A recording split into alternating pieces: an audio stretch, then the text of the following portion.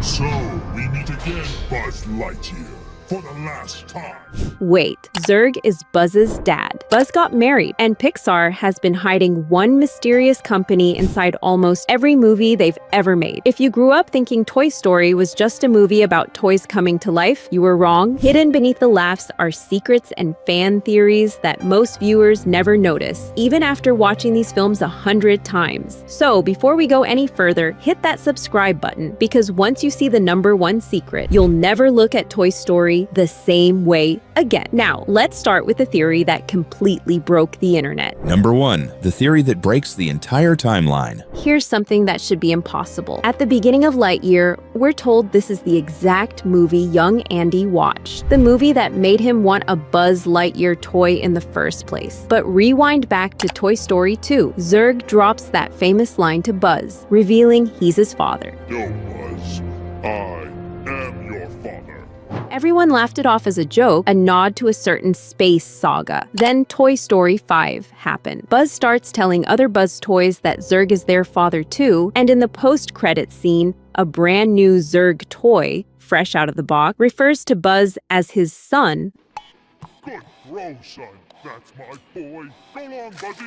The moment he switched into toy mode. That's the part that changes everything. That's not something Buzz made up on the spot. That's a line baked directly into the toy's programming, which means somewhere in Andy's world, there was a version of that Buzz Lightyear movie where Zurg really was his father, a version that doesn't match the Lightyear film we actually watched. So, either the Lightyear movie isn't canon to Andy's timeline at all, or there's a second version of it we've never seen. Pixar has never said a word about it, but once you notice the toy programming detail, it's hard to unsee. Number 2, Buzz gets married and nobody saw it coming. Toy Story 5 quietly delivers one of the biggest moments in the franchise's history. It starts small. Forky and Karen tie the knot, and watching his friends happy pushes Buzz to finally admit something he's buried for years: his feelings for Jessie. He spends most of the movie trying to work up the nerve to ask her a very big question. Every time he gets close, something interrupts him. Finally, right before he can get the words out, Jessie beats him to it and gives him an answer without him even asking. Then comes the wedding day. Right as the vows are about to be sealed, Trixie bursts in and stops the entire ceremony cold, claiming she has a prior claim on Buzz. The room erupts into chaos. It eventually gets sorted out, and Buzz and Jessie get their moment, capped off with Bonnie sending them off on a honeymoon. A storyline nobody expected from a toy franchise, wrapped in one of its most emotional arcs yet. Number 3, the Easter eggs hidden inside Lily Pad. Pay close attention to Lily Pad, Bonnie's new tablet character, because Pixar buried 3 references inside her screen. First, when Bonnie powers her on, a tech company logo flashes briefly, a callback to the moving truck company from the very first Toy Story, itself a tribute to a real Pixar animator's nickname. Second, when Lily Pad scrolls through her social feed, one of the apps is a parody of a massive real-world platform, reimagined in Pixar's own style. Third, and this is the one almost nobody catches, one of the posts on that feed asks a question that's a direct wink to a beloved ocean-set Pixar film about a clownfish and his unforgettable companion. 3 hidden nods, stacked in a single scene, and most viewers scroll right past them without blinking. Number 4, why Buzz freezes finally explained. Since the very first Toy Story, fans have asked the same question. If Buzz genuinely believes he's a real space ranger, why does he freeze solid the second Andy walks in? Toy Story 5 finally answers it. We meet an entire unit of Buzz Lightyear toys, every one of them convinced they're the real deal. But the instant a human enters the room, every single one locks up automatic. One of them explains it flat out. It's not a choice. It's hardwired into them for protection. Mystery solved, except Toy Story 5 opens a new one immediately. Lily Pad is just a tablet, yet she's fully alive like the toys. So why doesn't Bonnie's laptop wake up too? The best explanation the film gives us. Lily Pad was made and believed in as a toy, the same way Forky became real the moment Bonnie decided he was a toy. In this universe, belief might be the actual spark of life, not the object itself. Number 5, the saddest detail in Toy Story 4. Go back and rewatch the scene where Woody introduces Forky to the group. Every toy toy greets him warmly, except one. Mr. Potato Head barely says a word. It's not a writing choice. It's a tribute. The actor who voiced the character for decades passed away while the film was still in production. Rather than recast the role, Pixar made the decision to piece together his performance using archived recordings from earlier films, giving him one final quiet appearance instead of retiring him outright. It's one of the most understated tributes in animation history, and most audiences never realized what they were actually watching.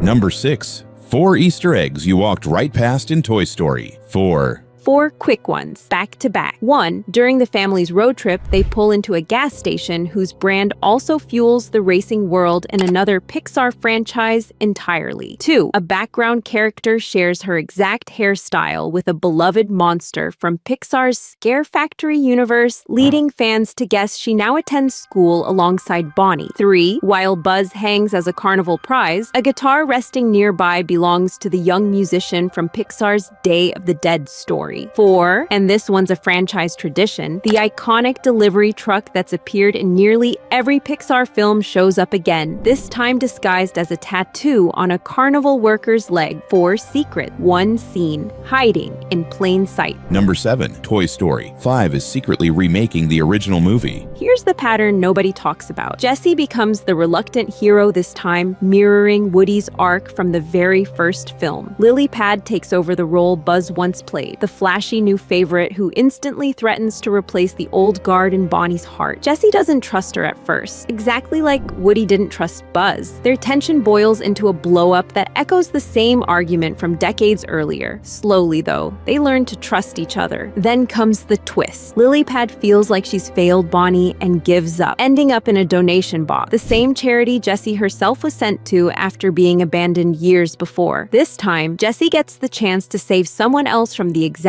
heartbreak she once lived through. It's the same story, flipped inside out, and it's one of the most quietly emotional, full-circle moments Pixar has ever written. Number 8. The company that might be Pixar's secret villain. Look at the batteries powering Buzz Lightyear in Toy Story 3. They're branded with a corporation name that keeps resurfacing across completely unrelated Pixar films. That same company sponsors racetracks in the world of talking cars. It's tied to construction projects in a story about a floating house. And by the time we reach a distant, trash-covered future where humanity has fled Earth entirely, that same corporation has grown into something that controls governments, industry, and daily life itself. Fans have connected the dots for years, treating it as Pixar's own hidden mega corporation stretching across every film. Number 9. Who really owns the antique shop? The antique shop in Toy Story 4 is a graveyard of Pixar references. A canister from the Scare Factory world, a wagon from the Land of Emotions, even a famous painting of card-playing dogs tucked into the background. But the strangest detail is a photograph on the wall of the toy repairman who fixed Woody years earlier, alongside a chessboard that nods to one of Pixar's earliest short films. Put those two clues together and a theory forms. What if the antique shop's owner isn't just a stranger who happens to collect old toys? What if she's connected to that very same repairman? Pixar's never addressed it, but the clues are sitting right there on the shelf. Number 10. The disappearing detail from Toy Story 2. Right before Woody nearly gets sold off, a shop owner notices his hat has gone missing. Look a little closer though, and there's something even stranger. His holster is completely empty. Check every poster, every box, every piece of merchandise across the franchise, and you'll notice the same thing every time. Woody is never once shown holding an actual weapon. 10 secrets, 1 franchise, and we've barely scratched the surface. Which one caught you completely off guard? The Zurg theory or the empty holster? Drop your answer in the comments. And if you want part 2, smash that like button and make sure you're subscribed, because Pixar has a lot more secrets we haven't uncovered yet.